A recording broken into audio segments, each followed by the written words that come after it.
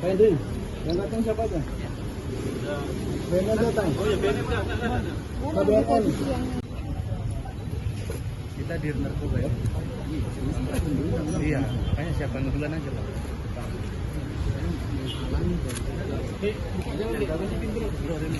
Biar mereka yang pilih, mereka masuk ke dalam aja, masuk ke dalam pilih. Mana yang mau pilih? Tunjuk.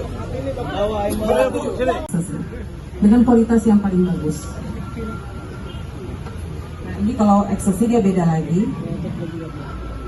Nah ini warnanya tadi semula dia warna pink ya. Nah ketika ditetesin dengan reaksi amfetamin dia memberikan warna hitam. Nah ini spesifik juga, sedikit saja. Ini sudah memberikan reaksi yang jelas. Seperti itu. Cukup ditetesi dengan bahan kimia tertentu, dia menjadi warna orange kecoklatan. Mungkin ditambah lagi. Ini tadi kantong yang pertama. Nah, ya, nanti beberapa waktu lamanya lagi dia jadi warna kehijauan. Oke, ini tadi kantong pertama. Dia memberikan reaksi warna seperti ini, orange kecoklatan. Jelas ya bapak-bapak. Jadi kalau misalnya ada gula, tawas itu nggak positif, nggak begini warnanya. Ini spesifik, sedikit saja pun sudah bereaksi. Pemdam menyampaikan bahwa kasus ini sedang kami tangani dan akan segera kami kirimkan koordinat. Demikian, terima kasih. Baik. Melalui jalur air pengairannya laut. Kemudian dijanjikan 2 juta per kilo. Terima kasih. Untuk keterlibatan anggota yang lain tidak ada, hanya berdua ini aja. Ini dari anggota 125. Iya, 125 Simisa dan pasti BDTH. Terima kasih. Di hadapan kita terdapat barang bukti 2 jenis, yakni pertama narkotika jenis methamphetamine atau crystal ice atau di dunia marketplace disebut dengan sabu sebanyak 75 kg yang dikemas dengan kemasan teh Cina. Ini sangat umum sekali yang kami duga sebagai penegak hukum tindak pidana narkoba di dunia, khususnya di Asia Tenggara dan Asia Pasifik, ini diproduksi dari Myanmar. Ya.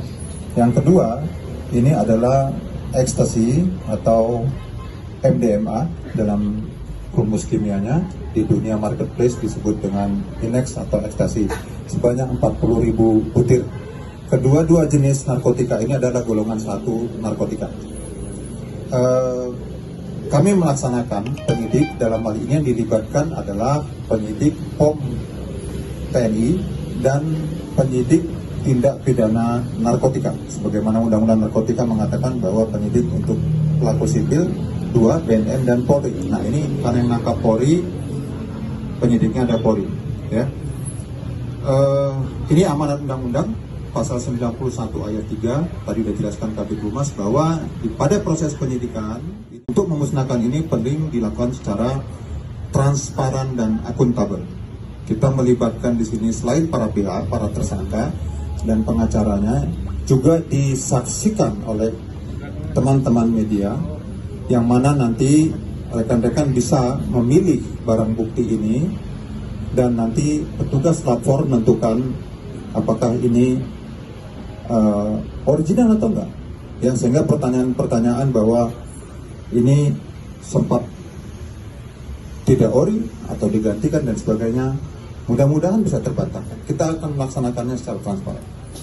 Nah, untuk kronologis, saya pikir ketika penangkapan tanggal 5 itu sudah sempat viral medianya, sudah sempat disampaikan. Tapi saat ini kami bersama-sama dengan entitas terkait akan menyampaikan ini di hadapan rekan-rekan bahwa kasus ini diawali adalah pemantauan kami Barreskrim yang sudah sejak lama jaringan ini bekerja, ya. Dan sekitar 1,5 bulan yang lalu kita memonitor suatu informasi bahwa mereka akan memasukkan narkotika dalam jumlah yang besar. Kita nggak tahu besarnya seberapa, tapi faktanya apa yang kita dapat. Nah, singkat cerita, tanggal 5 Desember, sekitar pukul 10.20, tim gabungan dari Direktorat Tindak Pidana Narkoba Baris Krim Polri bersama-sama dengan backup dari Direktorat Reserse Narkoba Polda Sumatera Utara, kita melakukan penghadangan penghentian suatu kendaraan jenis Toyota Fortuner nomor Pol 1549 SR, di mana kami yakinin inilah nomor palsu, ya, bukan untuk peruntukannya. Dan di dalam kendaraan tersebut kami menemukan ada tas traveling bag dan 2 orang laki-laki, dan kemudian kami periksa, tim memeriksa, dan ditemukan ada narkotika. Waktu itu kita tidak tahu jumlahnya sampai dengan dihitung terakhir di Polda, tapi tim melapor kepada saya, Pak, ini ada sabu dan Inex, ekstasi. Lalu kita melaksanakan suatu teknik khusus untuk pengungkapan narkotika, disebut dengan pengantaran yang dikendalikan, untuk membongkar jaringannya. Dan kita membongkar jaringan penerimanya, 2 orang laki-laki, inisial YSD dan S.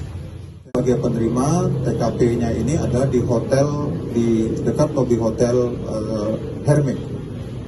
Herme Palace, Jalan Pemuda nomor 22, Medan. Ya. Dan jaringan ini keterlibatannya adalah dengan jaringan dari Kalimantan dan tentunya internasional. Ya.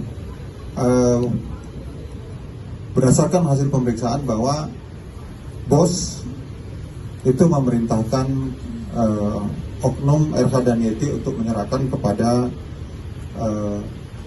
M yang telah kami DPO-kan untuk dicari, untuk menyerahkan barang ini kepada saudara M, dan tentunya dengan menggunakan kurir yang 2 orang Kalimantan yang kami tangkap. Jadi untuk jiwa yang terselamatkan, kita mempunyai asumsi dengan tingkat kemurnian terakhir, karena semakin waktu semakin baik ini narkotika ini, ya, tingkat kemurniannya.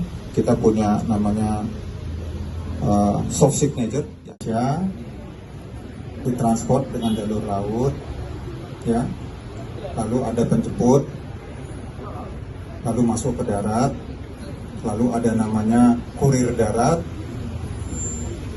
lalu nanti baru diserahkan kepada penerima, seperti itu.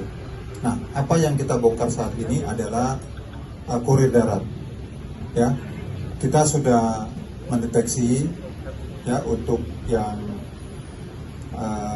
menerima atau yang mengendalikan dari 2 orang rekan atau oknum TNI ini, ya, apakah terlibat dengan database jaringan kami. Tentunya ini teknikal sekali, nggak bisa kami sampaikan di muka umum. Ya. Yang kedua, saudara Dani Siregar, Tribun Medan, betul ya? Satu marga sama saya. Apa kesulitannya? Ya, kita di Medan ini kita punya garis pantai yang besar. Ya, makanya ini bukan tugas Polri saja, bukan tugas BNN saja.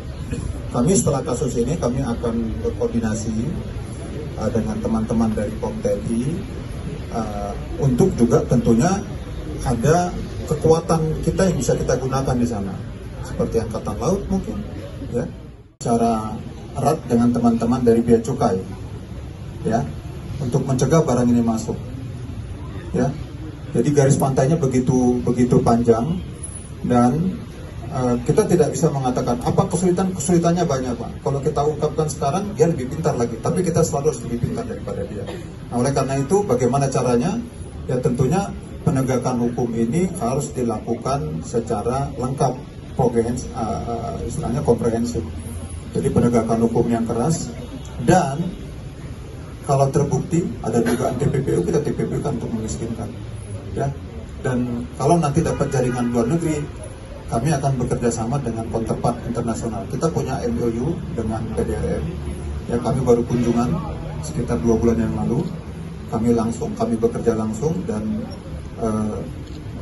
perkembangannya itu adalah akan kami gunakan untuk mengungkap atau mencegah. Demikian Pak, terima kasih. Baik, cukup rekan-rekan media, diambil dokumentasinya.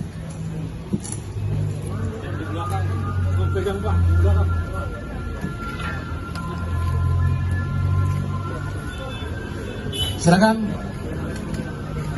Ya teman-teman. Ya, cukup. Ya. Oke, silakan teman-teman diambil dokumentasinya. Hitungan akan turunkan.